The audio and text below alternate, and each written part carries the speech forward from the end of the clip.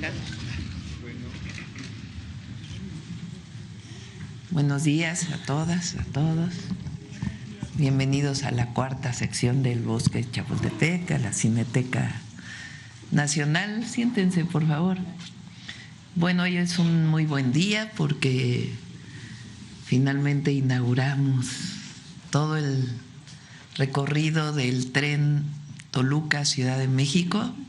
Inauguramos Santa Fe Observatorio y tenemos el gusto de recibir a Clara Brugada, jefa de gobierno de la Ciudad de México, a Delfina Gómez, gobernadora del Estado de México, a Jesús Esteva, secretario de Infraestructura, Comunicaciones y Transportes,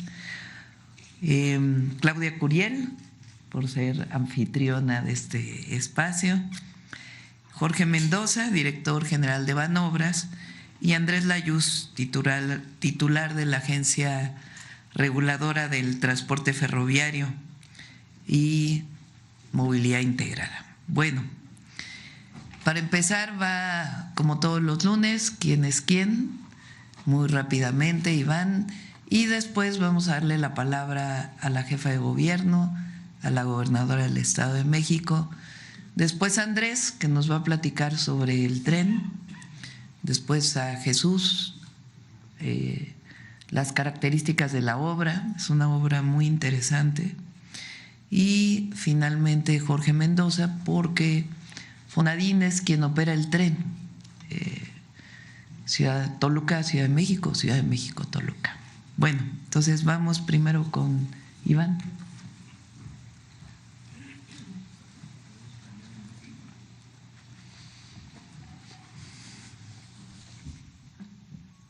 Muy buenos días a todas y a todos. Con su permiso, Presidenta, iniciamos quienes quieren los precios con la información de las remesadoras. Finabien continúa siendo la remesadora que mejor posicionada está por tener la combinación de promedio de comisión y promedio de tipo de cambio. Recordar que hacemos este ejercicio de envío de recursos de $400 hacia México, y por estos $400 Finabien está dando 7,062,81 centavos. Le vamos a dar una palomita. Y la que menos da es RIA Money Transfer en esta modalidad de depósito a cuenta o transferencia, da 6,645,63 centavos. Le vamos a poner un tache. Adelante, por favor. En la modalidad de envíos en efectivo, la que más da es Pangea Money Transfer, 7,072 pesos. Le vamos a poner una palomita. Y la que menos da es Wells Fargo con 6,678,30 centavos. Le vamos a poner un tache. Adelante, por favor. Aquí está un ejercicio que hicimos semana tras semana, de la primera semana de 2026, de cuánto es la diferencia que da Finabien con la que menos da, y puede llegar hasta 417 pesos más. Entonces es muy importante hacer este comparativo para ver cuál es la mejor remesadora. Adelante, por favor. Gracias. Ahora, en nuestro seguimiento a la Estrategia Nacional para promover la estabilización del precio de la gasolina, tenemos que 23.57 es el promedio nacional, y aquí está la información de las gasolineras que mejor precio dan. 23 pesos con 10 está de Pemex en San Luis Potosí. Le vamos a dar una palomita. Adelante. Y están las que se siguen volando la barda con los precios. Tenemos estas Petro 7 en Saltillo, Coahuila, 24.99. Le vamos a poner un tache. Y aquí está el margen de ganancia. Esta gana 3.50 por cada litro de gasolina. Adelante.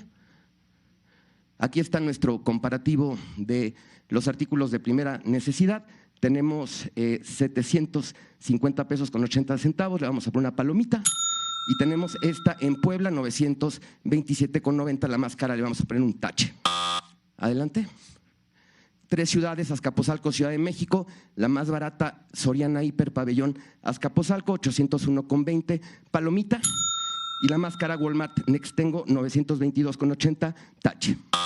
En Culiacán, Sinaloa, la más barata, Soriana Hiper Zapata, 843,90, palomita, y Walmart de Culiacán, 908,20, también palomita por estar por debajo de los 910 pesos. En Tijuana, Baja California, la más barata, Precio Jardines, 806,70, palomita, y la más cara, Bodega Aurrera Lomas de la Presa, 915,20, tache.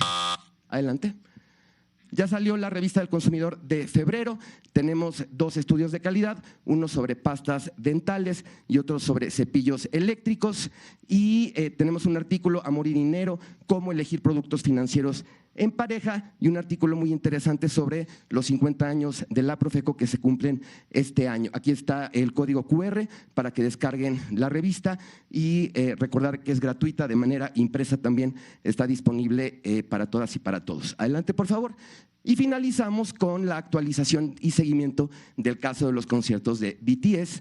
Ya iniciamos un procedimiento por infracción a la ley contra Ticketmaster, se notificó el 28 de enero, es una multa por un monto superior a los 5 millones de pesos. La empresa proveedora tiene 10 días hábiles para ofrecer pruebas y manifestarse. Este plazo concluye el 12 de febrero. Segundo punto, notificación a las plataformas de reventa. Ya se emitieron exhortos vía electrónica a 3 plataformas, Viagogo, StopHub y Hello Ticket, con sedes en Estados Unidos, Suiza y España, respectivamente. Se deben ajustar a la regulación nacional para evitar prácticas desleales en contra de las personas consumidoras. De no haber respuesta, se iniciarán acciones legales y administrativas, incluyendo procedimientos por infracciones a la ley y posibles restricciones de operación de estas 3 plataformas en México.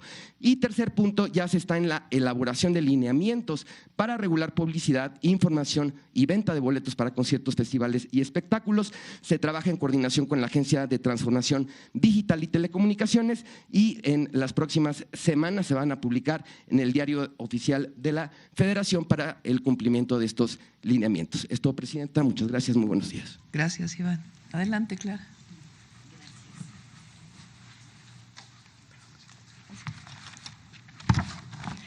Hola, buenos días a todas y todos. Gobernadora Delfina y Presidenta, buenos días y gracias por invitarnos. Y pues hoy es un día muy importante, realmente va a quedar como un día en la historia de la Ciudad de México, porque hoy logramos uno de los sueños más importantes de la ciudad, que es lograr una comunicación, un sistema de movilidad integrado, pero además metropolitano. Eso es lo que representa el que hoy se inaugure el tren interurbano insurgente, y yo quiero agradecer públicamente a la presidenta Claudia Sheinbaum de la conclusión de esta enorme obra. Seguramente se va a hablar en unos momentos sobre la historia de esta construcción. El presidente López Obrador lo retoma y hoy se concluye esta obra que nos va a transportar desde Toluca hasta Chalco.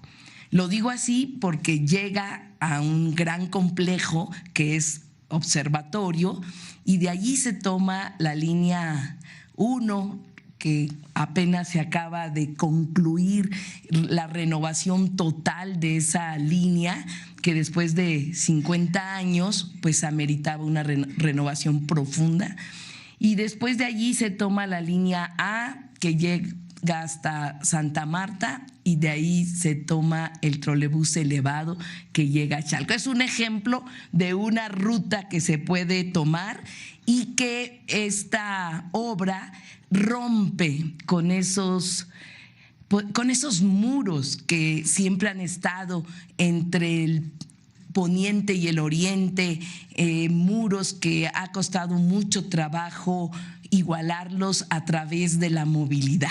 Y eso es lo que vemos, las personas que hoy tardan mucho tiempo con viajes desgastantes del Estado de México a la Ciudad de México y viceversa, pues hoy tienen la posibilidad de disminuir tiempo, de hacer un excelente viaje, y cada minuto que se recupere de la movilidad que sufre la población con todos los problemas que implica trasladarse Estado de México, Ciudad de México, es un minuto que va a la vida de la población. Por eso es tan importante este proyecto de movilidad que hoy se inaugura. Hace justicia territorial y ofrece a la población una movilidad digna, porque hoy los rieles de la transformación están entre los trenes suburbanos, interurbanos que llegan a la ciudad, y también todo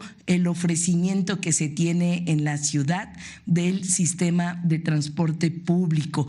Esa interconexión entre lo metropolitano y la Ciudad de México hace el éxito de esta gran obra. Así que yo creo que la población pues va a estar muy contenta, que va a lograr comunicar lo que antes era un sueño, hoy es una realidad. Y se hace realidad por todo el trabajo hecho en movilidad en la Ciudad de México. Y le agradezco, Presidenta, todo ese trabajo, ese sistema integrado de movilidad que hay en la ciudad. Y hoy damos el paso tan importante que es un sistema de movilidad integrado metropolitano. Así que cada vez, bueno, siempre han estado unidos la Ciudad de México y el Estado de México. Hay mucha problemática metropolitana y así como hay los problemas metropolitanos no se detienen con las fronteras administrativas. Hoy las soluciones que se le están dando a lo metropolitano también deben de hacer a un lado las fronteras administrativas. Así que muchísimas gracias y felicidades al Valle de México y muchas gracias, Presidenta, Gobernadora y a todo el gran equipo de la Presidencia. Gracias.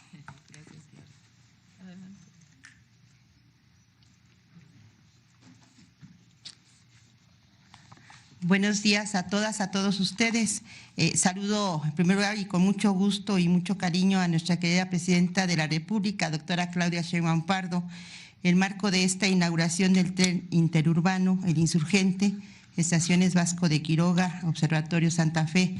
Presidenta, gracias por invitarnos a este gran evento. Así, de igual manera, saludo a la licenciada Clara Burgada Molina, jefa de Gobierno de la Ciudad de México. Muchísimas gracias. Al compañero maestro Jesús Antonio Esteban Medina, secretario de Infraestructura, Comunicación y Transporte. Gracias por todo el apoyo y el trabajo que ha hecho. A nuestro compañero titular de Agencia Reguladora de Transporte Ferroviario, maestro Andrés Layuz Loaiza, que siempre está ahí en el Estado de México también atendiendo otros temas. Nuestra compañera secretaria de Cultura, licenciada Claudia Curiel de Icaza. Muchísimas gracias al maestro Jorge Alberto Mendoza Sánchez, director general de Banco Nacional de Obras y Servicios Públicos. Muchísimas gracias al licenciado Iván Escalante Ruiz, procurador federal de Consumidor. De igual manera quiero saludar a todos los que nos acompañan en medios de comunicación y a los compañeros de las diferentes alcaldías, presidentas municipales. Gracias por estar aquí. Presidenta doctora Claudia Sheinbaum Pardo, nos da muchísimo gusto estar en la mañanera en una ocasión tan significativa. Este día es una fecha muy especial que los mexiquenses recordaremos por siempre, ya que nuestra querida Presidenta de México pone en servicio la última etapa del tren El Insurgente. En nombre del pueblo y gobierno del Estado de México, expresa a usted nuestro mayor reconocimiento por concretar una obra de inmenso beneficio social. Y también dejamos testimonio de nuestra profunda gratitud por todas las grandes obras y acciones con las que está ayudando a la sociedad mexiquense.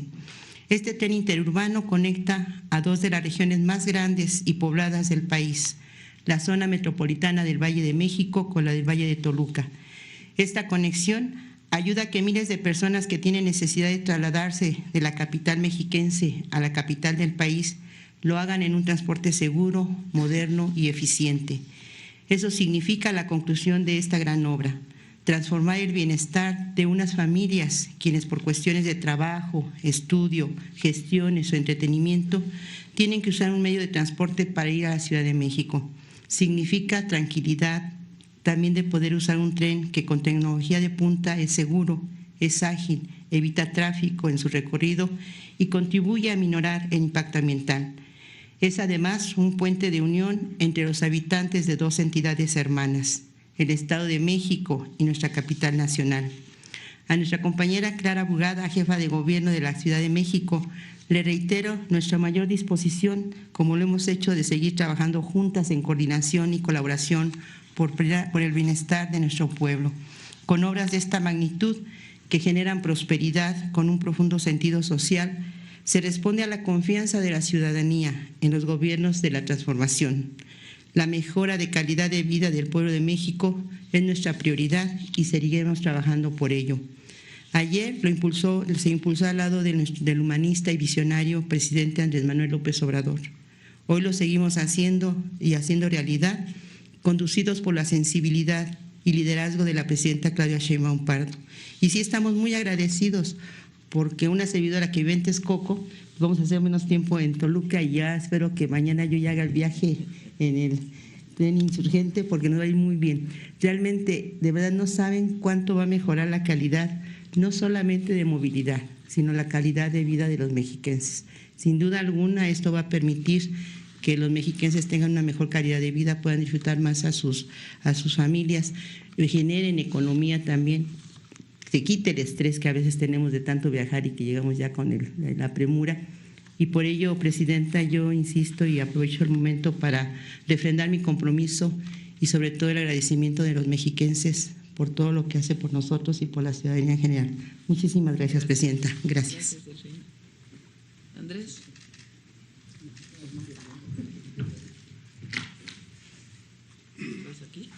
Muy buenos días a todas y todos. Con su permiso, Presidenta, voy a pasar a la pantalla acá. Muy buenos días, Presidenta, Jefa de Gobierno, Gobernadora, compañeros del Gobierno de la Ciudad de México, del Gobierno del Estado de México, del Gobierno Federal.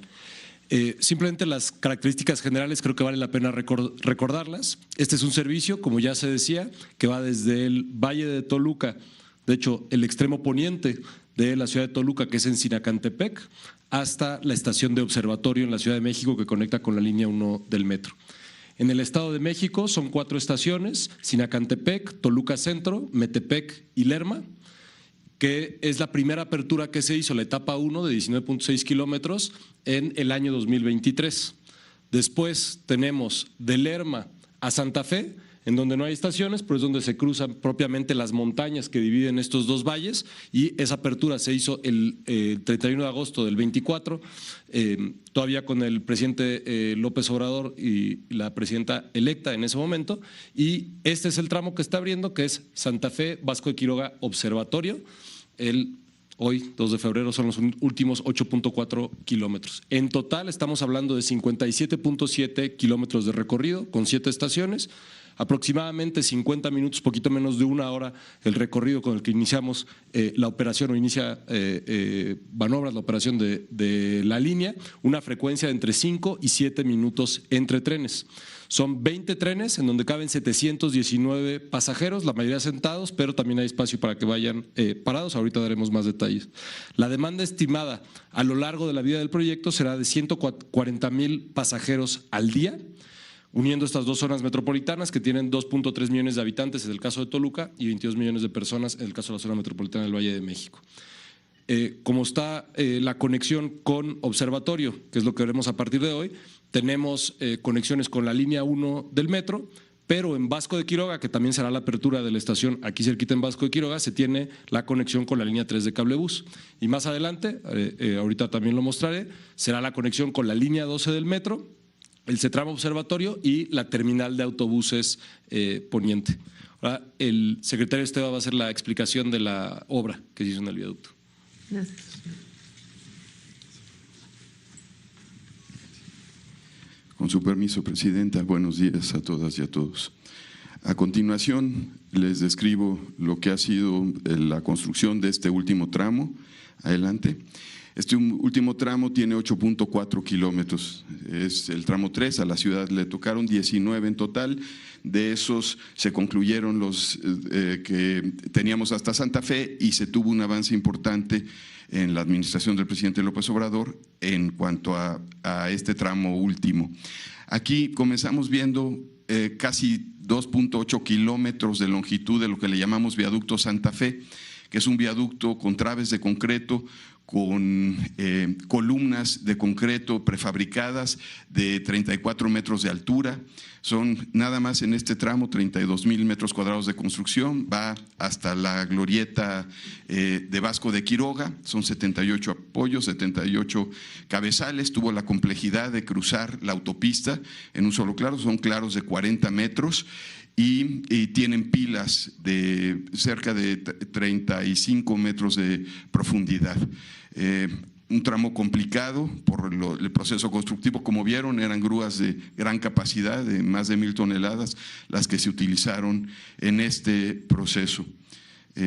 Adelante con el siguiente. Después entramos a un tramo que le llamamos doble voladizo, que es colado en sitio con estos carros. Este tiene 220 metros de longitud, 45 metros de altura. Se utilizó este procedimiento constructivo y este proceso por la parte de bosque. Todos los procesos constructivos tuvieron que ver también con respetar el medio ambiente. Eso fue una visión, un pronunciamiento que se tiene en el proceso o en la decisión de selección de los procesos de estructuración. Son 44 pilas con profundidades entre 30 y 40 metros y 4 apoyos. Pasamos a la siguiente. De aquí llegamos ya a la zona del puente atirantado, son 515 metros de longitud, un puente con características únicas por tener una doble curvatura. Es un claro de 200 metros para librar la ermita Vasco de Quiroga y el manantial que se tiene ahí. Ahí, como parte del proyecto de la cuarta sección, del proyecto Chapultepec Naturaleza y Cultura, se insistió mucho en que conviviera, que tuviera, fuera respetuoso de esta zona de la ermita, y de ahí que Gabriel Orozco fue uno de los que insistió en este proceso, en esta decisión de modificar la estructuración que se tenía originalmente. Y de ahí pasamos ya. Bueno, son 121 pilas de cimentación, fue muy complejo. Aquí avanzó la Secretaría de Infraestructura, Comunicaciones y Transportes en la administración anterior hasta parte de los apoyos, que son estas torres que ven, que tienen entre 65 y 75 metros de altura, y ya nos tocó en esta administración concluir el tensado y la construcción, el cierre del doble voladizo, así como el atirantado. Nada más para dimensionar: 19,000 metros cúbicos de excavación, 30,000 metros cúbicos de concreto, 6,400 toneladas de acero, 104 tirantes. Y pasamos a la siguiente. La estación Vasco de Quiroga, esta es muy simbólica y también es un pronunciamiento de la visión de la presidenta y en su momento del presidente de tomar en cuenta al pueblo de Santa Fe, tomar en cuenta toda esta zona. Aquí no existía una estación en el proyecto original y se encontraron las condiciones. Era una zona relativamente plana que nos permitía, por la distancia, ubicar una nueva estación. Entonces, esta estación tiene 8,000 metros cuadrados de superficie, se ocuparon 10,000 metros cúbicos de concreto, 2,400 toneladas de acero, y en unos momentos más estaremos cortando el listón. Adelante. Pasamos ya a la zona de industria militar. Aquí son cerca de 5 kilómetros donde se utilizó este sistema de lanzado de dovelas. Es un sistema donde utiliza una estructura que lo que va haciendo es cargar estas dovelas de 80 toneladas hasta 90 toneladas y se siguen librando claros de 40 metros. Las columnas son coladas en sitio y las dovelas son prefabricadas. Este proceso, pues llegábamos a avanzar cuando ya se tomó ritmo hasta 2 entreejes por semana, y con esto pues llegó a 5 kilómetros. De aquí se avanzó hasta, pasamos a la siguiente imagen, hasta la zona de la presa Tacubaya, donde para librar la presa Tacubaya tuvimos que hacer otra vez un doble voladizo con otro sistema para librar 220 metros de longitud de claro.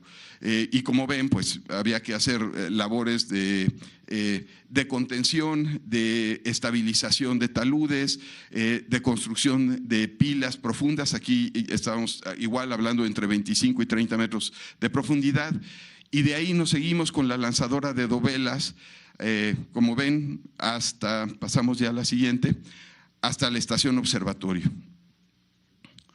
En la estación observatorio estamos hablando de una estación de 36,000 metros cuadrados de superficie, casi 40,000 metros cúbicos de concreto, 10,600 toneladas de acero, una estructura compleja, tiene 5 niveles.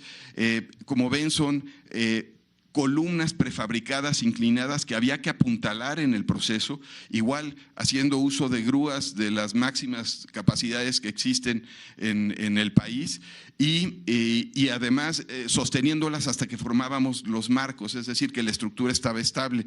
Todo esto pues implicó un proceso secuencial, desarrollos de ingeniería muy avanzados para poder llegar a construirla en el tiempo inclusive que se hizo. Y también fue una de las modificaciones que se hizo al proyecto porque se ajustó y se ahorró un monto significativo al cambiar la estructuración que se tenía inicialmente.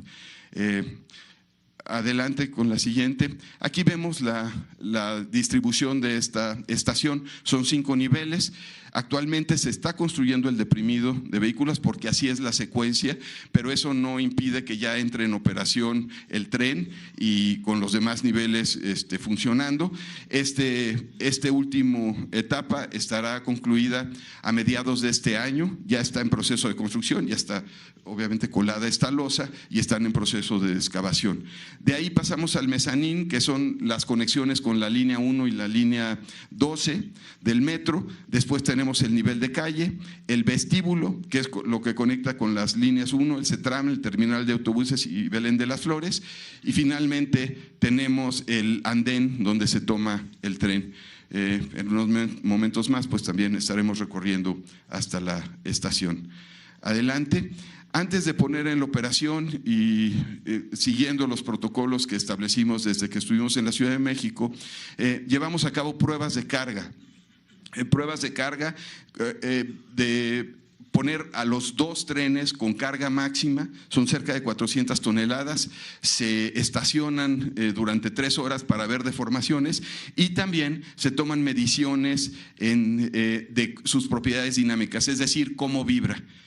Todo esto nos sirve de referencia para tener una línea base, para saber cómo está la estructura en estos momentos y después de algún sismo también tener información en tiempo real de las condiciones en las que queda. Entonces, están instrumentadas, van a quedarse instrumentadas como tenemos otras líneas instrumentadas en la ciudad y es importante como parte de los procesos que seguimos de certificación y de puesta en operación. Es mucho de lo que se hizo los últimos meses en cuanto a pruebas tanto de operación como pruebas de seguridad estructural.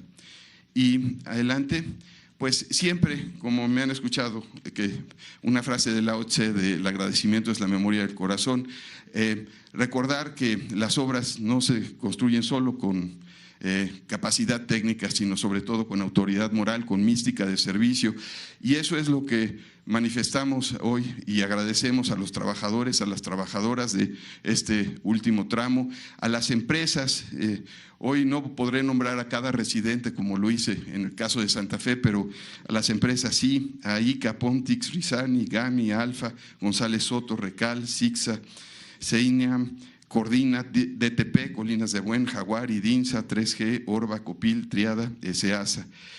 Ya Andrés nombrará a los proyectistas. También estuvo el arquitecto Norten en el diseño de estos proyectos. Y finalmente, como les decía, pues las obras unen a las gentes, formamos grupos y hoy quiero recordar a 3 personas que se nos adelantaron durante este proceso, a Víctor Ortiz, a Manuel Muñoz Cano y a José Abed. Gracias.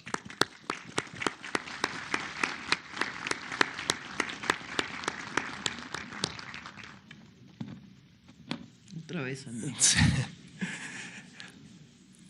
Muchas gracias. Con su permiso, Presidenta. Les voy a dar algunas características de las estaciones, de los trenes, de los sistemas de control de trenes. Adelante. Entonces, esta es la estación Vasco de Quiroga, que tiene la virtud que está a un lado de la Universidad de la Salud y en el pueblo de Santa Fe. Sí, también quiero mencionar que es particularmente simbólico que la entonces jefa de gobierno, hoy presidente de la República, haya propuesto que se hiciera esta estación. El pueblo de Santa Fe, digamos, tal vez para muchas personas lo que piensan es en la zona corporativa de Santa Fe. Sin embargo, es uno de los pueblos más antiguos que tenemos en nuestro país, que fue fundado por Vasco de Quiroga y que se fundó como un pueblo hospital. Eso quiere decir que era un lugar de recepción. Es enorme la generosidad de la gente del pueblo de Santa Fe para recibir esta estación, para recibir a las y los pasajeros, para recibir a este tren. Y también es un pueblo que en su fundación tiene como origen los principios de democracia, trabajo e igualdad. Entonces, creo que representa muy bien, ya lo decía el secretario Esteva, cuál es la visión que tiene el Gobierno de México. La que sigue, por favor. Tiene, por supuesto, el acceso, tiene todos los torniquetes para que el acceso sea con la tarjeta de movilidad integrada, igual que en los sistemas de transporte de la Ciudad de México. La que sigue. Tiene 2 elevadores y 2 escaleras. La estación está elevada para llegar a la altura del viaducto. Son más o menos 2,5 pisos lo que tiene que recorrer la gente. La que sigue, por favor. Tiene baños, tiene todas las instalaciones de baños. La que sigue, por favor. Seguridad interior, tiene cámaras, tiene voceo y por supuesto tiene personal de seguridad. La que sigue. Tiene un andén, es decir, tiene un andén de cada lado. Llega no en andén central, sino con andenes laterales. La que sigue. Y se hizo una intervención justamente en la calle de Pólvora, que está aquí muy cerquita, que es la que permite conectar con la avenida Vasco de Quiroga. Es una intervención de espacio público, lo cual también permitió mover la estatua de Vasco de Quiroga para ponerla en un lugar donde no era parte del flujo vehicular, sino más bien es parte de lo que ven los peatones al pasar. La que sigue, por favor. También se hizo un sendero seguro hacia la estación. Ahorita vamos a ver la conexión que hay del acceso al campo militar, el acceso a la Cineteca y el acceso a la estación de línea 3 de cablebús, la que sigue. Que realmente son unos cuantos metros, son alrededor de 400 metros los que se tienen que caminar entre la estación Vasco de Quiroga del cablebús y la estación Vasco de Quiroga del tren, lo cual permite que las personas se conecten a la línea 7 del metro después del cablebús, que nos mueve de sur a norte en el poniente de la ciudad. La que sigue, por favor. La conexión con línea 3 de cablebús. La que sigue. La terminal observatorio. La terminal observatorio, como pueden ver, voy a hacer una breve descripción de la distribución, que a veces es complicada. Esta es la avenida Sur 122. Esto es lo que mencionaba el secretario Esteva, que es Minas de Arena, lo cual permite conectar con el viaducto y se está acabando el túnel en este momento. Esta es la terminal de autobuses. Esta es propiamente la estación del tren y esta es la nueva terminal de la línea 1 del metro. Estas pasarelas son las que permiten esa conexión donde los usuarios pueden subir y bajar entre el metro y el tren, y también será la conexión con la estación de línea 12. La que sigue, por favor. Esta estación tiene 3 andenes, lo cual le permite una flexibilidad operativa y mayor capacidad. La que sigue, por favor. Es la zona de andenes que tiene señalética, tiene pantallas informativas, tiene sonorización y también tiene cámaras de seguridad. 22 cámaras de videovigilancia y 51 bocinas en el vestíbulo. La que sigue. Torniquetes igual, acceso con la tarjeta de movilidad integrada, tiene las máquinas de recarga adentro y afuera de los torniquetes, más taquillas. La que sigue. Tiene 3 elevadores y 6 escaleras eléctricas. Tiene sanitarios para mujeres y hombres y la conexión directa con la estación de línea 1 del metro. Esta es la pasarela de conexión que permite también que en caso de que haya acumulaciones hay suficiente espacio para que las personas puedan esperar al tren. Los trenes son trenes eléctricos, son 20 trenes de 100 metros de longitud fabricados por la empresa CAF. En los interiores tienen capacidad para 719 personas con accesibilidad universal, también tienen pantallas informativas y espacio para llevar paquetes o maletas pequeñas. Los sistemas. En total son 57.7 kilómetros de vía en placa, 34 vías en talleres y cocheras. ¿Sí? Funciona con catenaria, toda la tracción se alimenta con catenaria también en talleres y cocheras y a lo largo de todo el viaducto, lo cual permite evidentemente que sea un servicio de transporte no contaminante. La señalización consiste en los semáforos que se ponen dentro del viaducto para información y control de trenes. Son 1.567 piezas con señales luminosas, balizas, contadores de ejes, accionamiento de agujas y cajas de conexionado. La que sigue. Y este tren cuenta con un RTMS, que es el sistema de control de tráfico de trenes europeo, lo cual permite reducir el intervalo entre los trenes, monitorear en tiempo real dónde están todos los trenes, garantizar la seguridad y la distancia entre trenes, así como las restricciones de velocidad, dando fiabilidad y confort. La que sigue, por favor. Y también es importante mencionar que los trenes tienen tracción en todas las cabinas, pero también tienen 3 frenos: el freno eléctrico, freno neumático y freno electromecánico. En total son 1 millón de metros de cableado alimentario instalado, 10,000 piezas de luminarias en viaducto y estaciones de túnel como parte de la instalación de baja tensión, es decir, tiene la alimentación eléctrica de alta tensión para todos, de media tensión para los trenes y todo el sistema eléctrico para la provisión de electricidad y energía para los demás sistemas. ¿Sí? Las siguientes fases de operación. Entonces, hoy, 2 de febrero, ¿qué es lo que podrán ya hacer los usuarios, las y los usuarios? Precisamente aquí tenemos el andén del tren, acá tenemos la línea 1, estas pasarelas con sus escaleras y elevadores permiten esta conexión, así como el CETRAM provisional del cuerpo oriente y el CETRAM poniente y el CETRAM provisional del cuerpo oriente y la conexión con la terminal.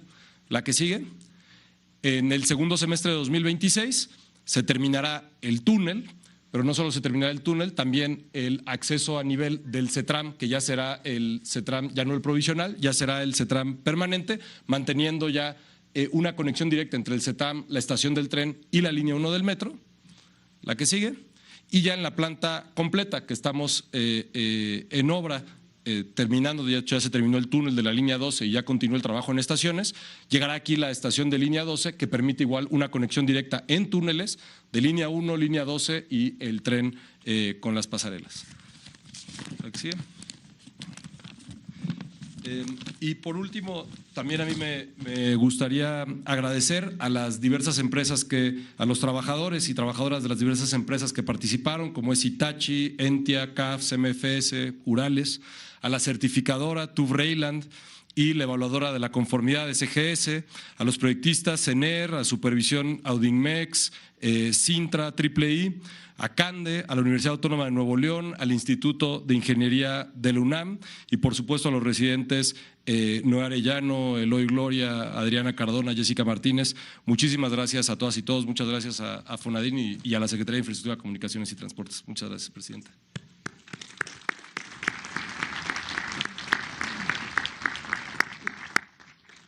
Acabo ya.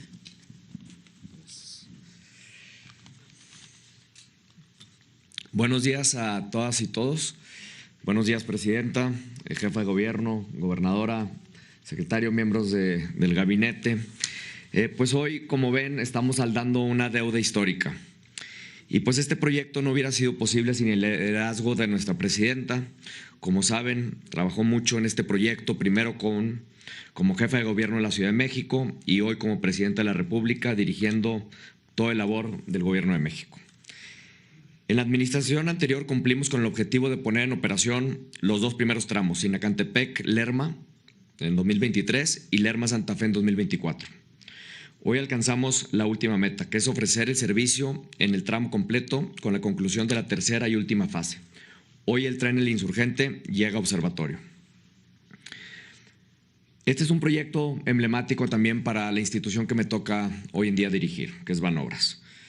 No solo porque es la principal herramienta financiera del gobierno mexicano, pero también porque somos parte de la operación de trenes, bajo un modelo de innovación y de los más altos estándares de desempeño. Desde el inicio de este proyecto, el Fondo Nacional de Infraestructura, conocido como Fonadín, que es parte de Banobras, ha complementado la inversión presupuestal de la Secretaría de Infraestructura, Comunicaciones y Transportes y de la Ciudad de México. El Fonadín ha brindado apoyo por más de 24,000 millones de pesos para infraestructura y equipamiento y de 2023 a 2025 hemos destinado 1,200 millones de pesos para la operación.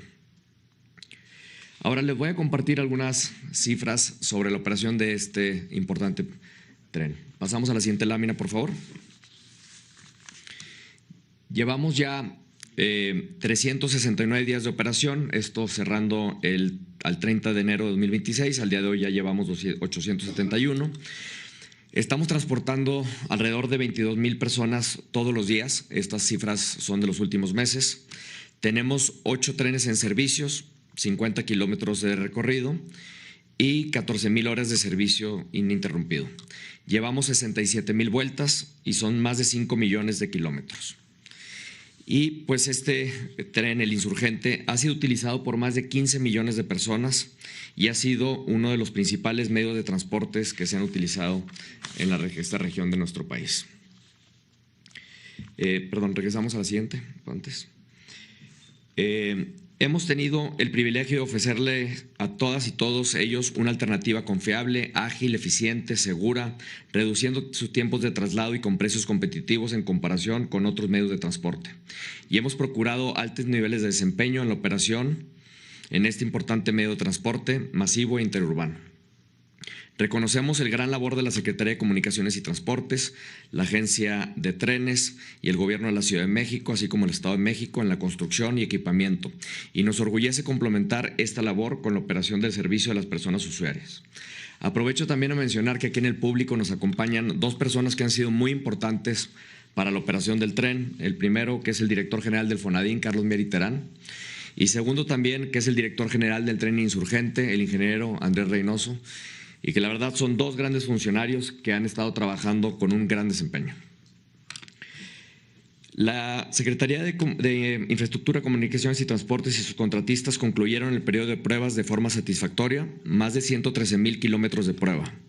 Aprovecho también para reconocer el trabajo de las 750 personas que hoy prestan servicio en el tren, en la operación, y servicios de las personas usuarias, conductoras y conductores, que son 95, reguladoras y reguladores son 30, personal operativo, técnico, administrativo, 192 personas, las y las empresas de seguridad y limpieza, 444 personas. Muchas gracias a todas y todos. Si pasamos ahora a la siguiente lámina, por favor. Como ya se mencionó, pero quisiera repasar algunos de los datos más importantes. Tenemos ya 7 estaciones en operación. El día de hoy ponemos 2 nuevas, Observatorio y Vasco de Quiroga. Vamos a contar con 16 trenes en servicio en todo momento, 2 más en reserva y 2 más en mantenimiento, así con un total de 20 trenes a nuestra disposición. La capacidad máxima por cada uno de los trenes es de 719 personas. Va a recorrer una longitud de 58 kilómetros en menos de 1 hora. Con una velocidad máxima de inicio de 120 kilómetros por hora y un promedio de 80 kilómetros por hora. Y eventualmente vamos a alcanzar una velocidad máxima de 160 kilómetros por hora y un promedio de 90 kilómetros por hora. La frecuencia en trenes será de máximo de 12 minutos y el costo en función de trayecto será entre 15 y 100 pesos. Llegar a Observatorio a Toluca hoy costará solo 90 pesos y tomará menos de 60 minutos, en comparación con las 2 horas y media y hasta 120 pesos en otros medios de transportes. El horarios de servicio se homologan con el metro. De lunes a viernes vamos a estar operando desde las 5 a las 24 horas, los sábados desde las 6 hasta las 24 horas y domingos y días festivos desde las 7 a las 24 horas. El último tren de Sinacantepec a Observatorio estará saliendo a las 23 horas de cada día. El personal del tren ha sido capacitado y nuestros conductores y conductores y reguladores han sido certificados y cuentan con sus respectivas licencias. El sistema cuenta con tecnología de punta, medidas de seguridad, ATO y ATP en trenes, un centro de control, monitoreo, vigilancia y circuito cerrado, entre otros. La Protección Civil ha supervisado las instalaciones y protocolos de emergencia. Nos hemos coordinado con el Metro y la Agencia de Trenes y Transporte Público Integrado para coordinar las maniobras de control y gestión de personas usuarias entre ambos sistemas de observatorio. Contamos con un centro de control operativo con la más alta tecnología desde donde se supervisa en tiempo real toda la operación. Todas las estaciones cuentan con un sistema de boletaje programado para operar con el esquema de registro y cobro de entrada y de salida con la distancia recorrida. Cuenta también con escaleras eléctricas, escaleras fijas, elevadores, videovigilancia, voceo, pantallas informativas, intercomunicadores para personas usuarias y vigilancia permanentemente. Los trenes cuentan con espacios designados para personas usuarias en silla de ruedas, embarazadas y personas de la tercera edad, videovigilancia, calefacción y aire acondicionado, sistemas de sonorización y voceo, pantallas y personal de vigilancia a bordo. El sistema ya cuenta con conectividad con la red de transporte de pasajeros, pero ahora crecerá el alcance de comunicarse con el sistema de transporte colectivo del metro en Observatorio y con el cablebús en Vasco de Quiroga. Como mencioné, si pasamos a la siguiente lámina, las tarifas que tenemos ya fueron aprobadas y registradas desde 2023 por la entonces Agencia Reguladora de Transporte Ferroviario. Va a ser desde 15 pesos hasta 100 pesos, y el recorrido que creemos que va a ser uno de los más recurrentes es el de Observatorio a Toluca y viceversa, que costará tan solo 90 pesos, que es mucho más bajo que otros medios de transporte. Este es un gran logro y convierte al tren insurgente en una importante arteria para la movilidad, que va a ser el oxígeno para quienes se trasladan en el poniente de la Ciudad de México y el Valle de Toluca.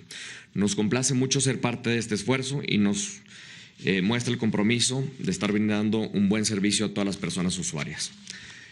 Contar con un sistema de transporte como este significa saber que ahorrarás tiempo y dinero, saber que llegarás con comodidad a tu destino, saber que cuentas con un transporte más seguro, particularmente para mujeres, niñas y adolescentes, saber que reducimos nuestro impacto al medio ambiente al usar un transporte que es 100% eléctrico. Reducir significativamente los tiempos de traslado significa llegar pronto a tu centro de trabajo o a tu escuela, pasar más tiempo con la familia en casa, reunirte con tus amigas, amigos y seres queridos con mayor frecuencia, realizar tus mandados, tareas, compras y trámites con un menor tiempo y un menor costo, conocer los atractivos culturales y turísticos de la ciudad y el Valle del México, y en todo esto mejorar tu calidad de vida. Como saben, en la Cuarta Transformación, todos los proyectos y todo el presupuesto público se destina a proyectos y programas que generen bienestar en todas y todos los mexicanos. Asimismo, en Banobras nos complace ser parte del bienestar y prosperidad al que contribuye una mejor movilidad, porque Banobras, como les había dicho, no solo es un banco, también hacemos muchas cosas. Muchas gracias, Presidenta. Muchas gracias a todos. Felicidades. Felicidades a todas y todos. Gracias. A ver, solo muy rápido. Quiero nada más contarles algo. Ya sé que ya hablamos mucho del tren, pero para quienes nos escuchan que no viven en la zona metropolitana, estamos en el poniente de la ciudad. Este lugar era una industria militar desde el siglo XIX. Es decir, aquí el ejército mexicano hacía armas, vehículos y otros productos relacionados con su actividad. En el periodo de Peña Nieto, este lugar, ya había quedado, digamos, absorbido por la ciudad, la industria militar. Entonces el objetivo pues era moverlo. Hoy ya está en Puebla la industria militar, en un espacio alejado de las ciudades. Pero este lugar lo querían vender y hacer un desarrollo habitacional. Para quienes no conocen esta parte de la Ciudad de México, aquí hay una zona de mucho nivel económico, una zona financiera incluso, que es Santa Fe. Y en la parte de abajo aún está el antiguo pueblo de Santa Fe, una zona popular. Bueno, entonces aquí querían hacer un segundo Santa Fe, lo querían vender en cerca de 10,000 millones de pesos. Cuando llega el presidente López Obrador y nosotros a la jefatura de gobierno, le dijimos no lo vaya a vender, por favor, porque esto va a generar pues un problema para la ciudad, el tener otra zona habitacional. Y además es un bosque muy bonito, que en realidad este bosque se hizo con el ejército, porque la mayoría de los árboles que están plantados aquí se plantaron con el ejército desde el principio. Entonces se tomó la decisión de que aquí fuera un centro cultural. Entonces este es un centro cultural donde hay una escuela de artes y oficios, está la Bodega Nacional y está la Cineteca Nacional. Estas obras se hicieron cuando fui jefa de gobierno con el equipo que también está aquí, y entonces estaba Alejandra Frausto en la Secretaría de Cultura. Quien coordinó estas obras fue Gabriel Orozco, uno de los artistas nacionales e internacionales más reconocidos del país. Entonces, eso es lo primero de la gran diferencia, de haber hecho aquí un lugar de desarrollo habitacional de muy alto nivel económico a un parque público, un espacio público para todas y para todos. Y además, ampliar Chapultepec a la cuarta sección del bosque de Chapultepec.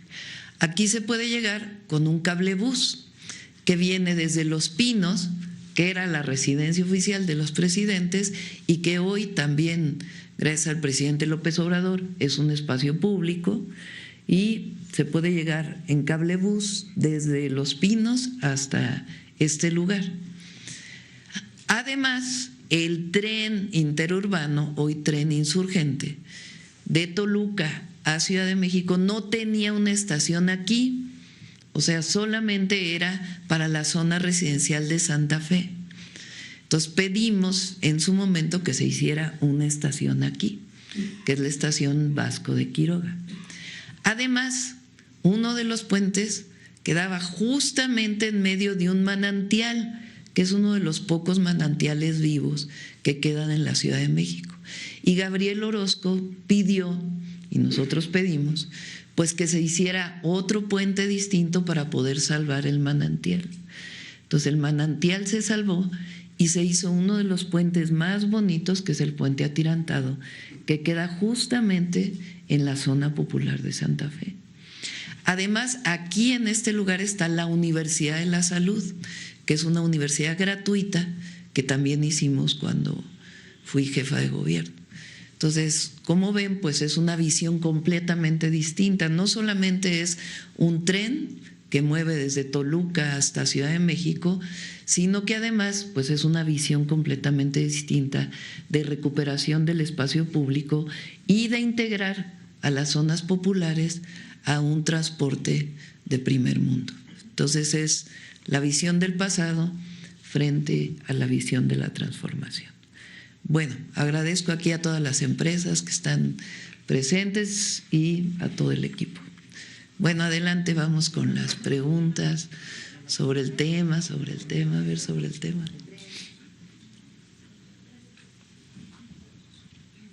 Gracias, presidenta. Buenos días. Karina Aguilar, de Diario 24 Horas. Preguntarles, ¿cuál es la inversión total de esta obra? Son alrededor de 100,000 millones de pesos. El tren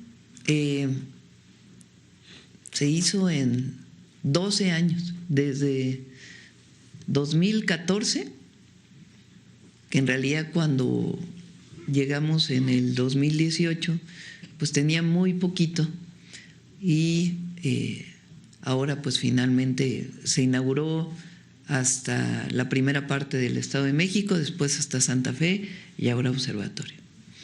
Y en este sentido, ¿cuánto puso el gobierno del Estado de México, Ciudad de México, todo federal o todo es gobierno federal? Okay. Todo es gobierno federal. Una parte pues fue desde el periodo de Peña Nieto, después con el presidente López Obrador, que como saben él decidió que todas las obras que estaban pendientes se terminaran, que no quedara ninguna obra a medias. Así los 90 hospitales que estaban a medias, pues también hoy estamos terminando 10, a él le tocó terminar 80.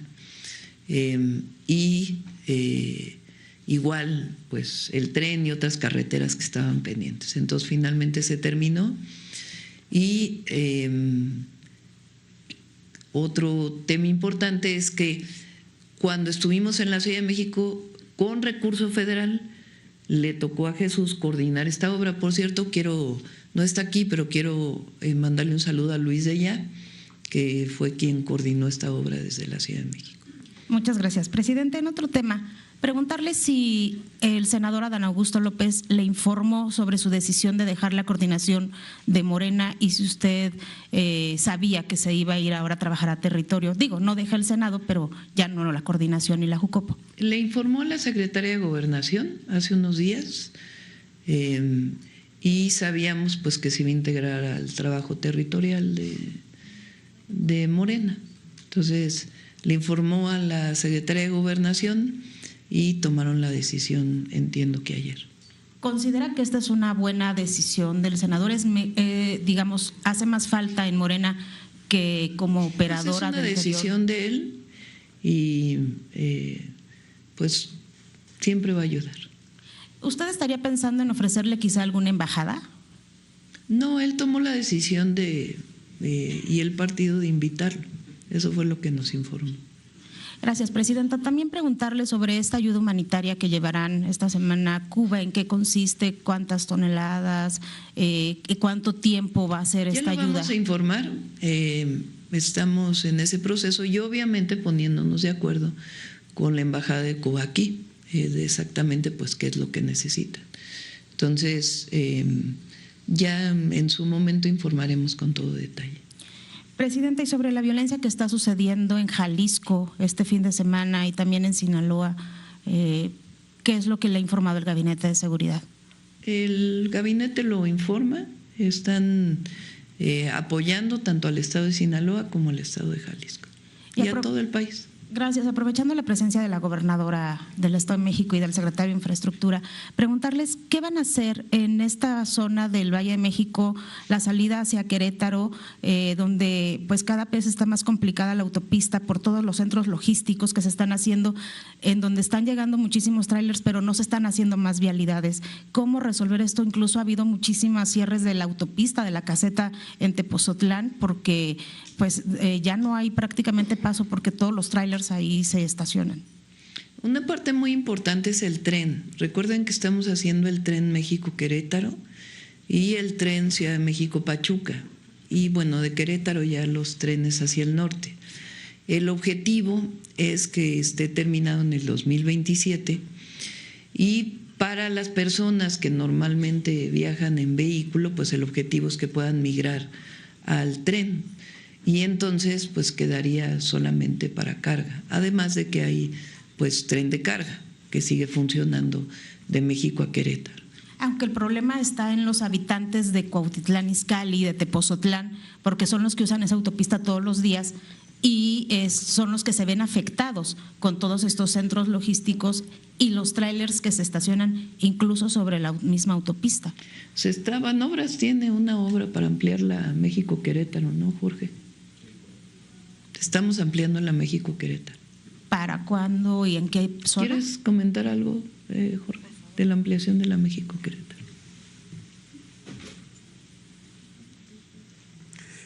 Bueno, lo primero es que vamos a tener pronto en unos días una mañanera donde vamos a explicar todo el plan carretero. Ahí vamos a estar explicando todas las obras que se van a hacer, tanto con la parte presupuestaria como con la parte de inversiones mixtas y los famosos conocidos MROs. En la parte de Querétaro vamos a ayudar a modificar algunas de las casetas, vamos a incluir algunos carriles laterales en la salida de la Ciudad de México y vamos a también mejorar toda la infraestructura de la Ruta 57 hasta la frontera para que así pueda transportarse mejor y tener así dos rutas, la que va por el corredor del Golfo y también por la Ruta 57 y con eso creemos que vamos a resolver una parte muy importante. Hay que recordar, y como lo han mencionado varias veces la presidenta, es que estamos de alguna manera resolviendo el tema del tráfico por dos frentes. Por un lado es la parte de la carretera y por otro lado es la parte de los trenes hacia el norte. Y con eso creemos que la verdad es que vamos a tener una movilidad mucho más integrada y mucho más sencilla. Gracias, presidenta. Buenos días. Buenos días. Sobre el tema, a ver, el compañero. Luego dicen sobre el tema, hacen una pregunta y luego…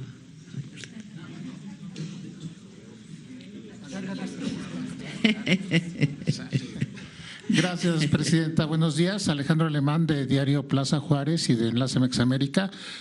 Quisiera preguntar, aprovechar que está aquí el responsable de la operación de los trenes, sobre el transísmico, no sé si contaba o cuenta con los sistemas ATP y ATO para su manejo, para su seguridad, pero de todas maneras los trenes han operado desde hace mucho tiempo y se cuida mucho la velocidad, van sobre una línea y tienen una hora de llegada, una hora de salida, tienen bitácoras, tienen sistemas, ¿no? En el caso del accidente del transísmico, algo pasó y no solo es el asunto de que el conductor excedió la velocidad. Hay sistemas que se están siguiendo y me gustaría saber cuáles son las medidas que están implementando para que esta situación no se vuelva a repetir. Gracias. Si te parece, en otra ocasión está terminando la agencia un informe. Ahorita si quieres puedes platicar que están terminando un informe que es obligación de la agencia terminarlo. Este informe será público, evidentemente. Y además le he pedido yo a la agencia y a la Secretaría de Marina, al Corredor Interoceánico, que antes de que inicie la operación del transporte de pasajeros pueda tener una certificación internacional. De hecho, parece que están escogiendo la misma certificadora que certificó este tren. Si quieres platicar cuál es el procedimiento del informe, Andrés.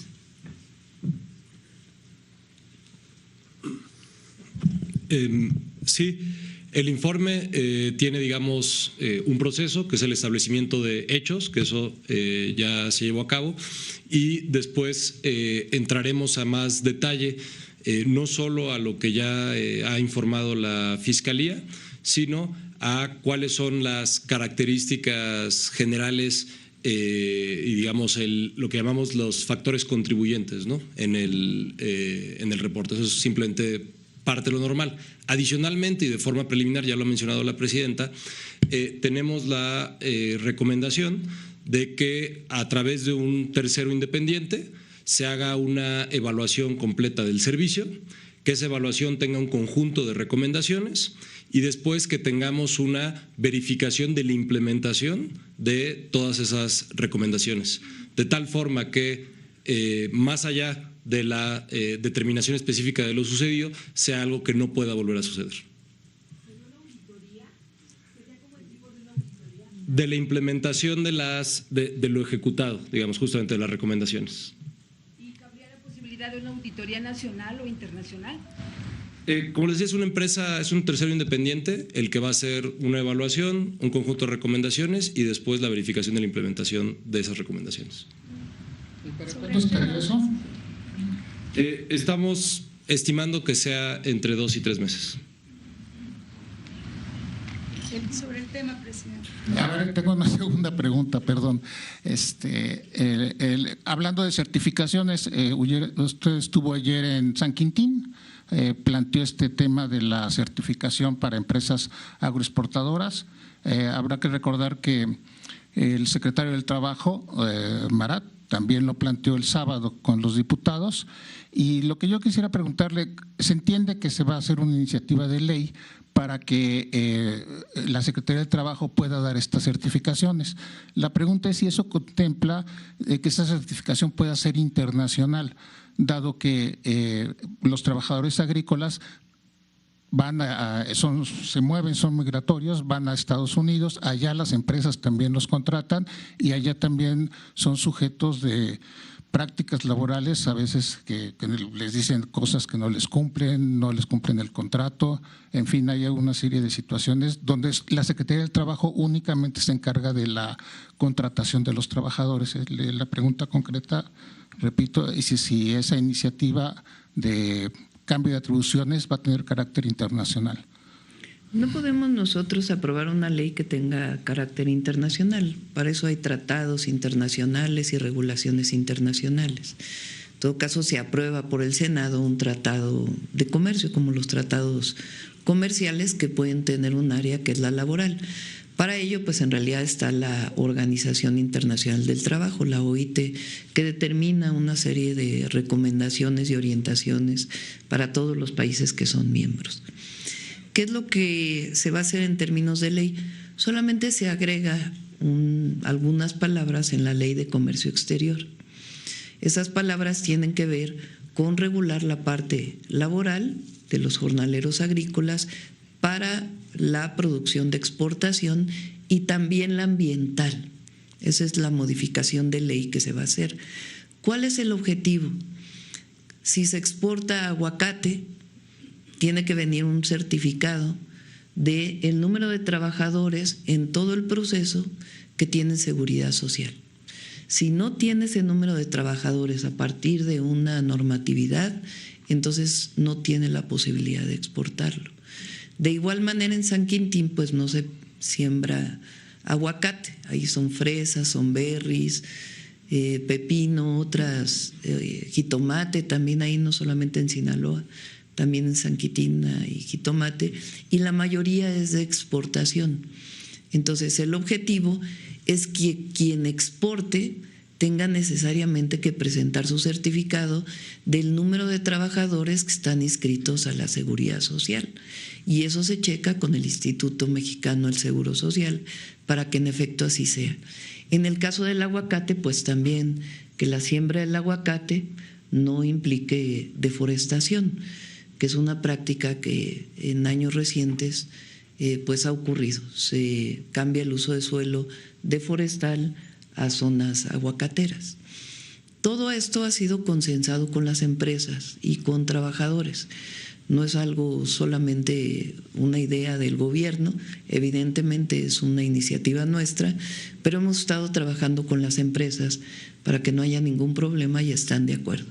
Entonces se modifica la Ley de Comercio Exterior, luego vienen alrededor de 6 meses para ir adecuando, como fue en el caso de las plataformas digitales, de los trabajadores de plataformas digitales, y después ya viene la obligatoriedad.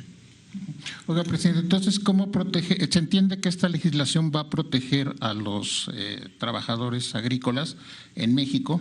Entonces, ¿cómo proteger a esos trabajadores agrícolas que están trabajando en Estados Unidos, que están trabajando en Canadá? ¿Cómo el gobierno puede involucrarse en la protección de sus derechos en otros países? A través de la Organización Internacional de Comercio, los propios consulados y de las reglas establecidas en el Tratado Comercial.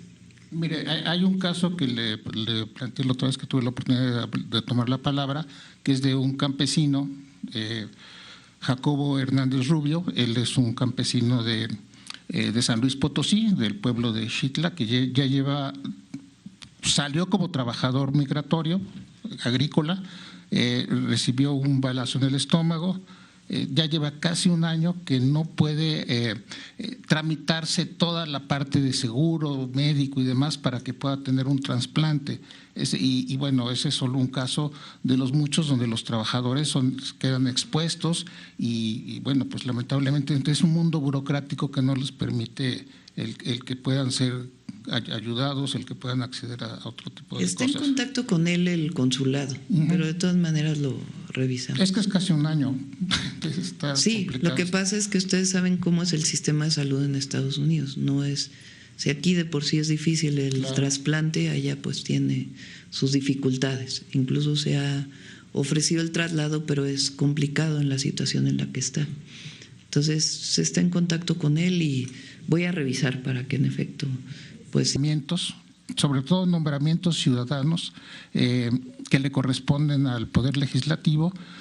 Mencionaría el tema de los consejeros del INE que terminan en abril, mencionaría el auditor superior de la Federación, mencionaría también a la presidenta del Comité de Participación Ciudadana del Sistema Nacional Anticorrupción, que además hay 2 plazas vacantes. Desde luego entiendo que es un problema o una situación que debe resolver el legislativo, pero se han visto, pues han detenido mucho los nombramientos de ciudadanos, o sea, no sé por qué.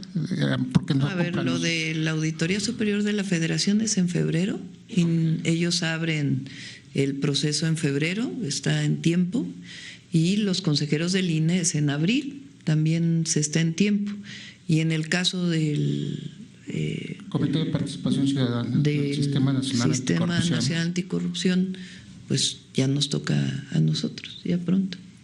De hecho, ayer terminó la presidencia de la… Sí, por eso. Y es consejera ciudadana, entonces sí. Usted hará las 3 propuestas porque quedan 2 plazas vacías de consejeros ciudadanos. Sí, ya vamos a platicar de eso. Nuestro objetivo es empoderar al ciudadano en el tema de la corrupción que vive el ciudadano.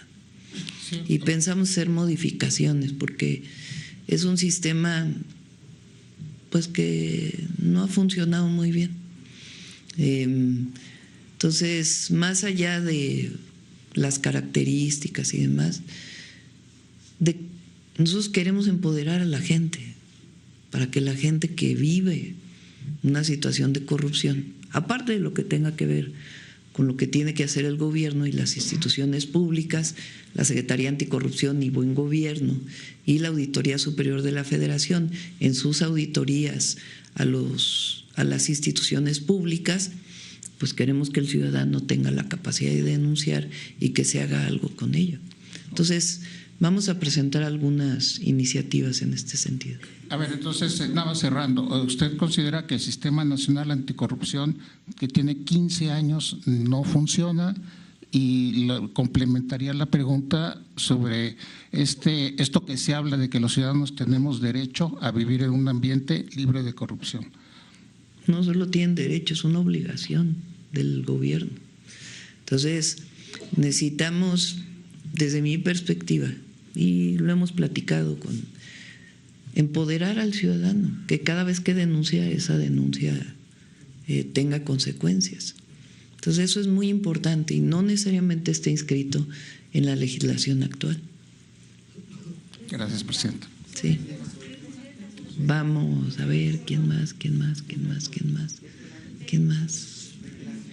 Saben que no se ve casi desde aquí. A ver, el compañero que desde hace rato estaba queriendo preguntar. Ya lleva varios días. Sí, gracias, presidenta. Muy buenos días. Gusto en saludarla a usted y a los gobernadoras y parte de su gabinete. Pues quisiera iniciar las preguntas primeramente con lo que tiene que ver con la llamada de Trump. Para conocer, presidenta, si ahí se contestó lo que viene siendo la invitación a la Junta de la Paz o si existe alguna respuesta por parte del gobierno mexicano. No hablamos de eso en la llamada de teléfono, no se comentó y Relaciones Exteriores contestará esta semana. ¿Se mantiene lo de su postura frente al Estado de Palestina? Sí, pues no solamente es de la presidenta, es algo del Estado mexicano. Gracias, presidenta. En otra pregunta también, dándole seguimiento a la carta que le mandó usted al presidente de Corea sobre este grupo BTC, si ya tuvo alguna contestación. Sí, nos contestó que ya están en contacto con la empresa promotora y que esperan que muy pronto se pongan en contacto. Esperemos que sean buenas noticias. Bueno, nada más contestaron que me contestó el presidente de Corea que muchas gracias por el interés de las y los mexicanos por este grupo musical, que agradece mucho la carta y que ya se puso en contacto con la empresa productora de BTS y que pues esperan que se pongan en contacto pronto con nosotros. Gracias, presidenta. El día de ayer se viralizó un video en donde usted platica, o algunos dicen regaña, sí, a algunos legisladores. Para conocer, presidenta, un regaño caluroso. Conocer el contexto que tocó finalmente y que pues llamó a la atención a los legisladores. ¿Qué vivió pues en el estado? San Quintín es una zona de muchas carencias. Apenas es municipio en el estado de Baja California. Era parte del municipio de Ensenada. Es un municipio muy grande. Solo por decirles, de una punta a otra punta son 500 kilómetros. San Quintín tiene muchísimos años que tiene esta producción de distintos productos agrícolas de empresas, a diferencia de otros lugares en nuestro país, donde la producción es a través de ejidos, de comunidades. También ocurre ya en otros sitios a partir de la reforma del 92, pero particularmente San Quintín tiene muchos años de producción agrícola con jornaleros agrícolas. El jornalero o la jornalera agrícola pues recibe un ingreso por trabajar en el campo.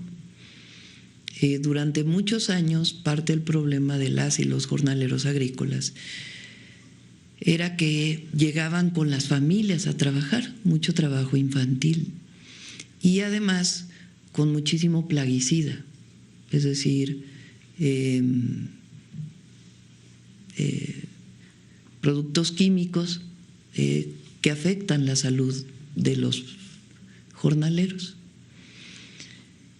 El día de antier, que estuve ahí, a la hora que platiqué con la gente, había como 4,000 personas, pues les pregunté, ¿cuántos llevan 10 años viviendo aquí? Pocos. 20 años, pocos. 30 años la mayoría. ¿De dónde vienen? De Oaxaca, de Guerrero, de Veracruz, de Michoacán, de Chiapas, algunos. Muchos mixtecos, triquis, que van ahí a trabajar y que se quedaron durante muchos años. Fue jornaleros que iban y regresaban y después se fueron quedando allí a vivir. Les pregunté si tenían casa, me dijeron que sí, pero cuando pregunté quién está regularizado, pues nadie está regularizado. Viven en asentamientos, un lugar de mucha carencia de agua. Cuando pregunté cuántas horas trabajan, la mayoría más de 8 horas al día, y ganan por caja, no ganan un salario, y muchos de ellos no alcanzan el salario mínimo. Entonces es una situación pues de pobreza. Las y los jornaleros agrícolas son de los habitantes de nuestro país, migrantes internos, algunos van a Sonora, otros a Sinaloa, en este caso a Baja California, pues que tienen muchísimas carencias. Estamos haciendo un plan integral. Inició con el presidente López Obrador el Plan de Justicia de San Quintín. Ahí ha habido muchas luchas de los jornaleros por sus derechos. De hecho, la reunión se hizo en una universidad intercultural que hizo el presidente López Obrador. Entonces vamos a terminar un hospital, lo vamos a agrandar, que hay allí, vamos a mejorar todos los centros de salud, vamos a mejorar todas las escuelas, vamos a hacer más preparatorias, vamos a mejorar las calles. Y vamos a poner un centro integrador donde esté presente el Gobierno de México. De hecho, ahí se va a quedar la compañera que es la responsable de bienestar del Estado, que se llama Carmen. Ella se va a quedar a vivir ahí durante un tiempo. Vamos a poner un centro del Gobierno federal en San Quintín, en un gimnasio de manera provisional, y vamos a construir uno. Y uno de los temas centrales es que hay un centro de justicia laboral, de tal manera que ahí puedan ir a atender pues todas las violaciones a los derechos laborales que se puedan presentar. Frente a esta situación, pues obviamente uno queda, pues se siente, ¿cómo decirlo? No porque a uno le corresponde mejorar la circunstancia laboral y de vida de todos esos trabajadores, pero hay cierta tristeza, cierto acongojamiento y sentimiento por la situación que viven muchos compatriotas en nuestro país.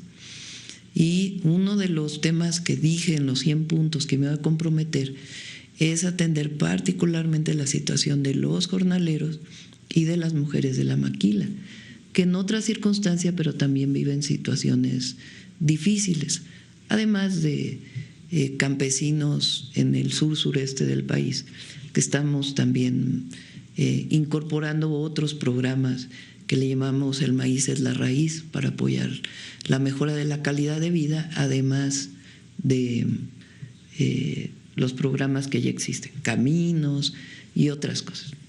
Obviamente los primeros 6 años del presidente López Obrador se hizo muchísimo pero todavía queda mucho por hacer, pues de todo ese periodo neoliberal que generó estas condiciones pues tan difíciles para mucha gente.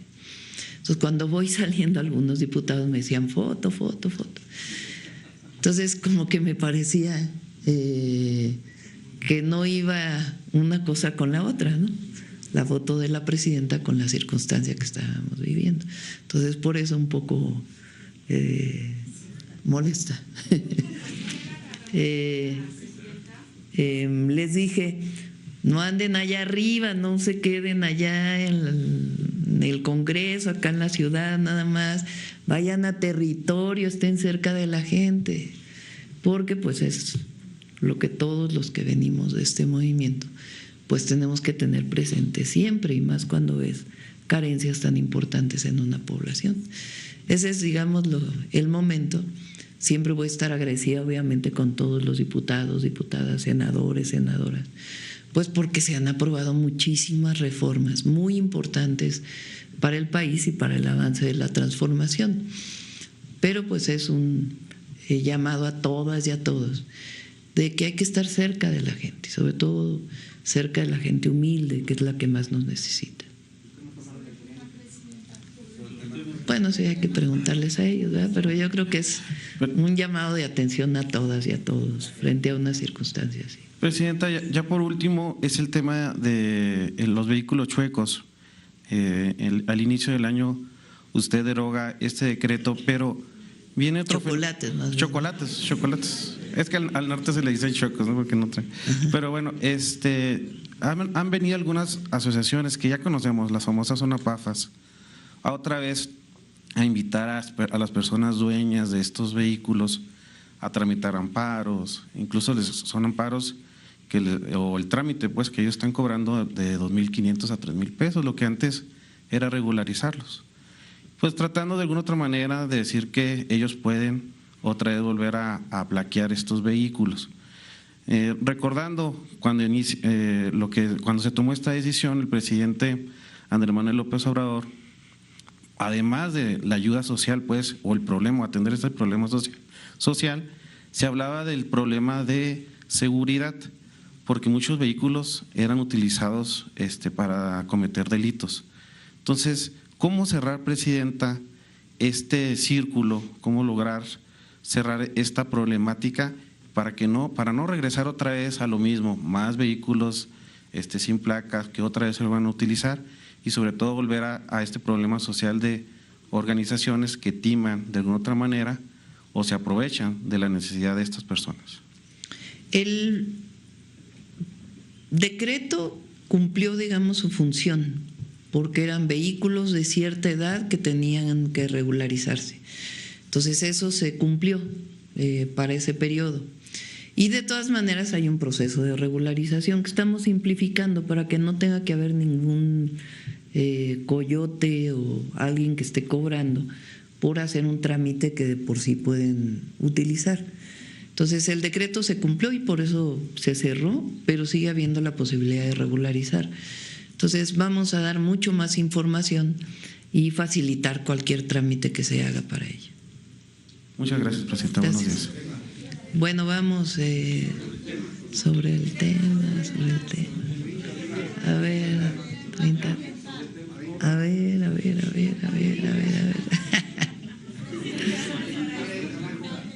A ver aquí el compañero. Gracias, presidenta. Disculpe que no me levanto. Están cómodas las butacas de la Cineteca. Están mejores que allá las de… Muy recomendable. Las de tesorería. Gracias, presidenta. Bueno, mi primera pregunta es acerca de los costos. Este proyecto pues tuvo muchos sobrecostos en el pasado, sí, el triple, efectivamente, y hubo cambios estructurales. Todo esto que generó muchísimo dinero, mucho gasto, ¿no se está trasladando a través de las tarifas al usuario? ¿De qué manera se evita eso? Tiene una larga historia esta obra. Esta obra se licitó con un proyecto ejecutivo allá en el 2014. Gana una empresa, o varias empresas, ¿no? En el caso de la parte de la Ciudad de México gana una empresa, que por cierto no tenía historia de construcción de obras viales. Al otro día de que se asigna el contrato, cambia el proyecto ejecutivo. Ese es primer problema.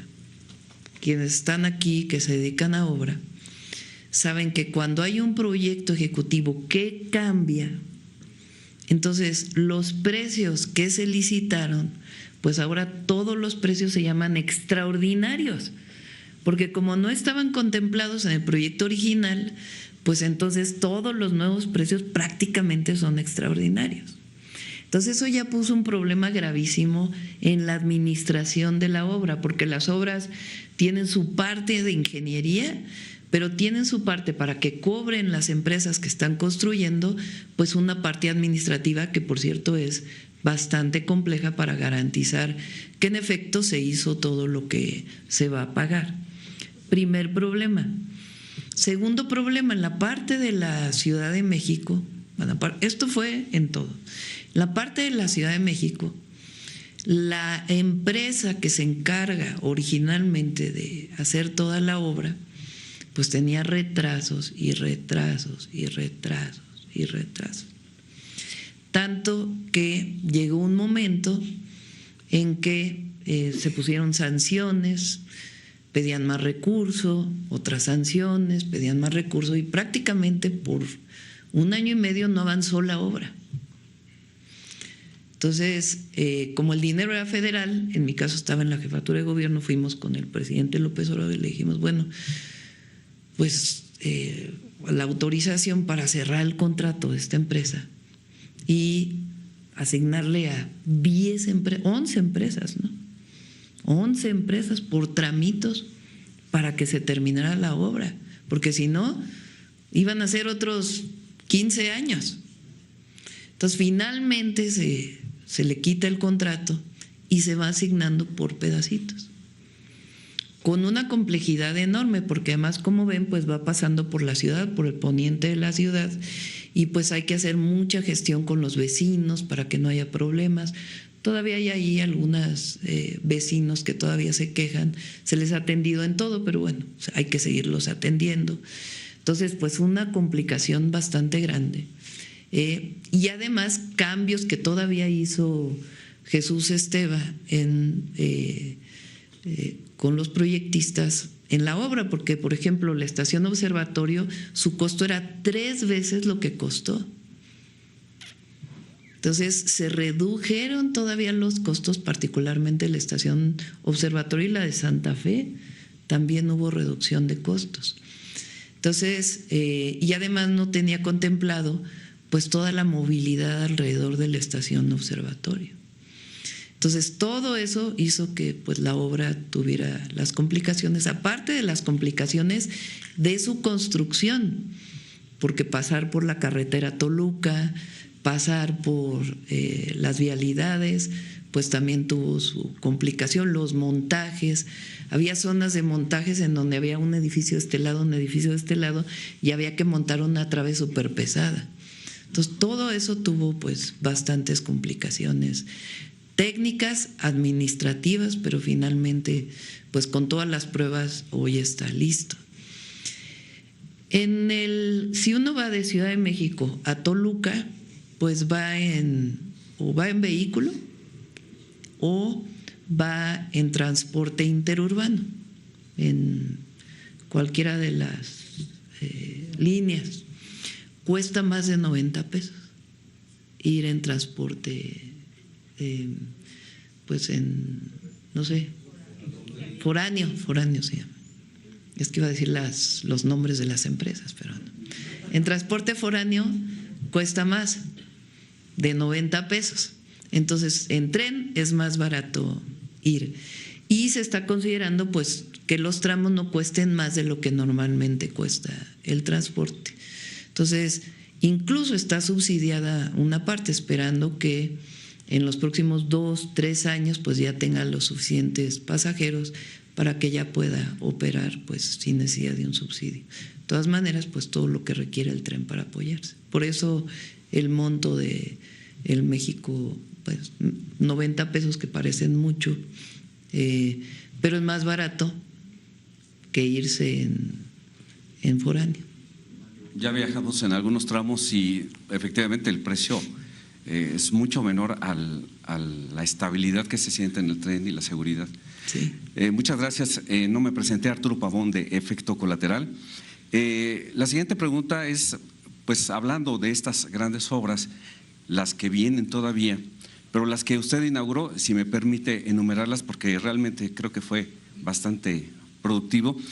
La primera etapa del viaducto elevado de Tijuana, la inauguración de la Unidad Académica Tijuana de la Universidad Nacional Rosario Castellanos, el Centro de Control de Tráfico Marítimo de Ensenada, que parece estación lunar, está impresionante, la carretera Bavispe Nuevo Casas Grandes, que conecta a Sonora con Chihuahua, y también el proyecto de modernización del puerto de Guaymas.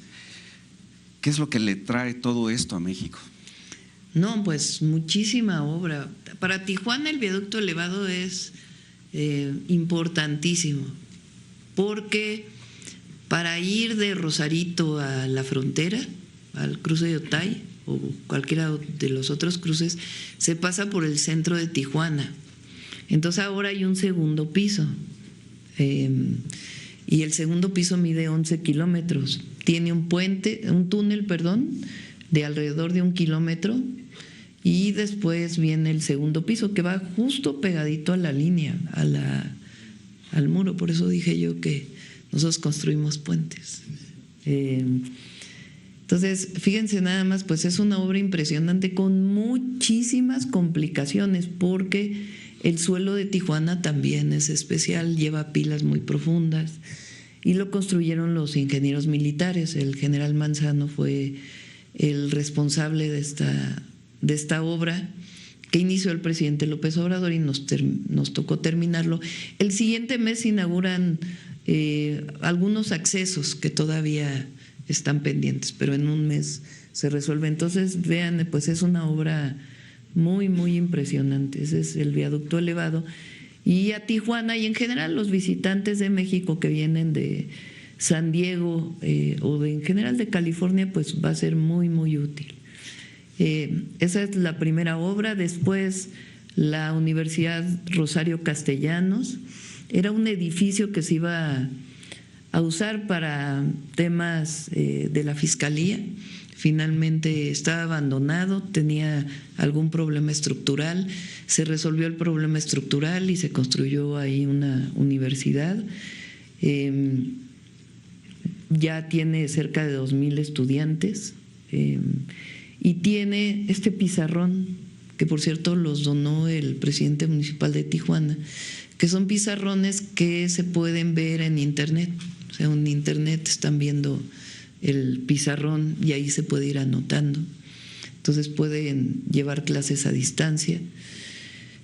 Y también pues muy emocionante, porque en Tijuana pues les pregunté a todos qué hubiera pasado si no hubiera estado esta universidad. Pues nadie hubiera estudiado universidad, ¿no? Nadie hubiera tenido educación superior. Todavía nos falta también otro edificio, y si es necesario se amplía. Ahí también en Tijuana se está construyendo otra preparatoria y ampliando otras, que ya no tuvimos tiempo de visitarlo. Después de ahí nos fuimos a Ensenada.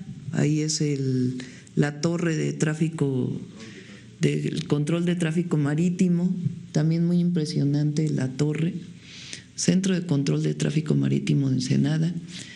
Ensenada ya no vamos a hacer la ampliación del puerto, porque había varias problemáticas, y además está el proyecto de Punta Colonet, que queda muy cerca. Entonces ya no se va a ampliar el puerto, más que pues lo que tiene ahí mismo, ya no se va a construir mucho más. Lo que sí es que están llegando a Ensenada alrededor de 1 o 2 cruceros diarios. Entonces va a ampliar la parte de los cruceros, porque quieren llegar más cruceros. Y sirve mucho pues para toda el tráfico de la zona. Y una ligera ampliación del propio puerto que ya existe.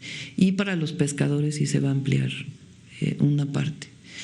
Y de ahí nos quedamos en Ensenada y al otro día fuimos a San Quintín, que ya platicamos. Y de ahí volamos en helicóptero volamos en avión a Hermosillo y luego en helicóptero hasta Bavispe, que las distancias en Sonora, en el norte, son muy considerables. Y miren nada más qué bonita quedó la carretera. Ahí no había carretera, no había.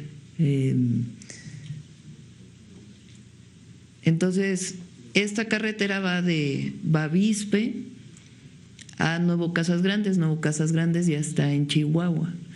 Entonces, no solamente es la comunicación regional y local, que es muy importante para la población, se dedican al ganado, ahí hay un río muy bonito, el de Bavispe, y ayuda porque no había la conectividad, había que subir por Hermosillo para llegar a Ciudad Juárez, y ya ahora esta es una alternativa para llegar a Ciudad Juárez. Entonces, desde Guaymas pero es una carretera de 134 kilómetros que se hizo en 10 meses.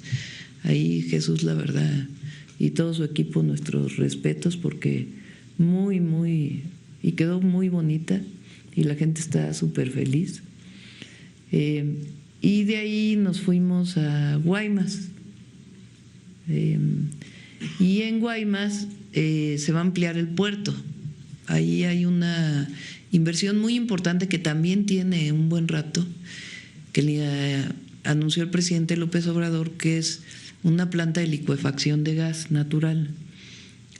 Esa planta no se había podido hacer porque falta un pedazo de gasoducto de Hermosillo a Guaymas, y ya Senagas lo va a hacer, y ya están todos los permisos. Entonces en un mes más o menos inicia la construcción, y eso ya va a permitir que pues inicie esta construcción, además de la ampliación del propio puerto de Guaymas.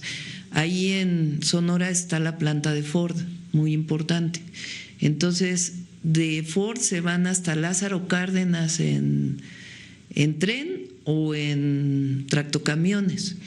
Entonces, pues ahora de Ford a Guaymas, pues se reducen los tiempos y pues va a ser mucho más fácil la exportación de vehículos. Entonces, realmente fue, en efecto, muy productiva la visita al norte del país. Muchas gracias. Y ya por último, preguntarle a la Secretaria de Cultura si hay ya noticias más halagadoras acerca de la IA y el doblaje, la industria del doblaje en México. ¿Quieres comentarlo?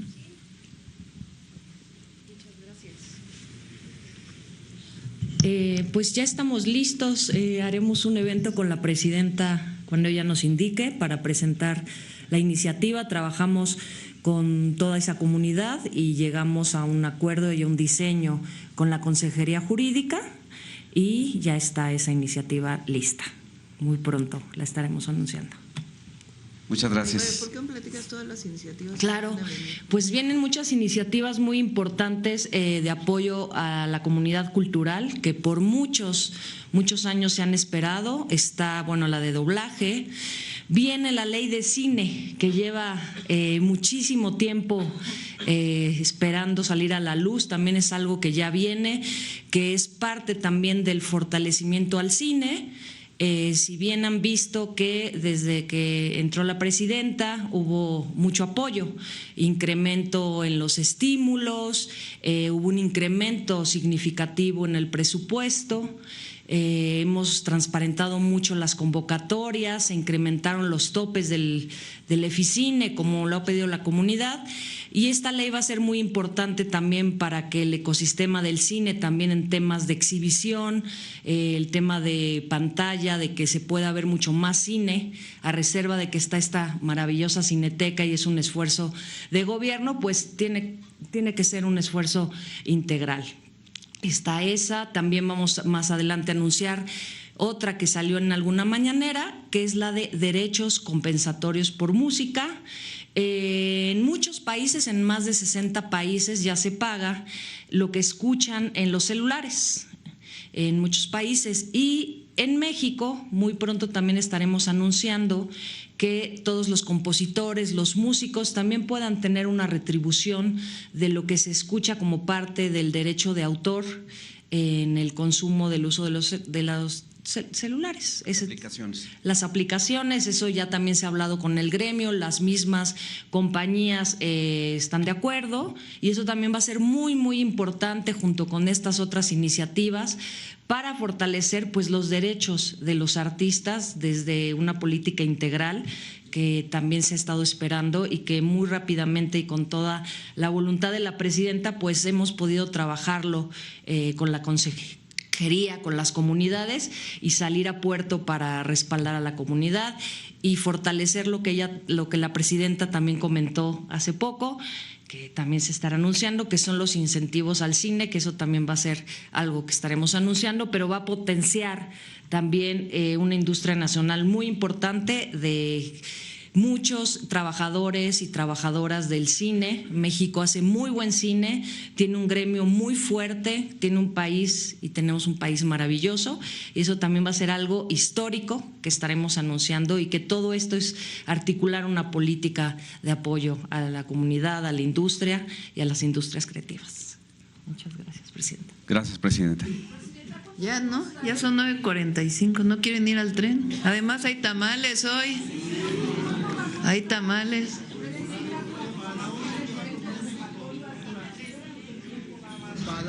Ahí, ahorita les pasamos, ya los pasó. Ya, ¿no? Tamales. Vamos a los tamales. 2 de febrero, tamales. Vámonos. Vamos a los tamales. Gracias, buenos días a todos. Viernes, presidenta. Hablamos por la conferencia de viernes. Michoacán. Mañanera. Gracias. Michoacán, yo creo. Lo más seguro es que sea en Michoacán, pero todavía estamos viendo si es en Querétaro el jueves, y de ahí nos quedamos al 5 de febrero. Sí. ¿Perdón? Siempre ha habido muy buena interlocución con el Senado, muy, muy buena interlocución. Gracias.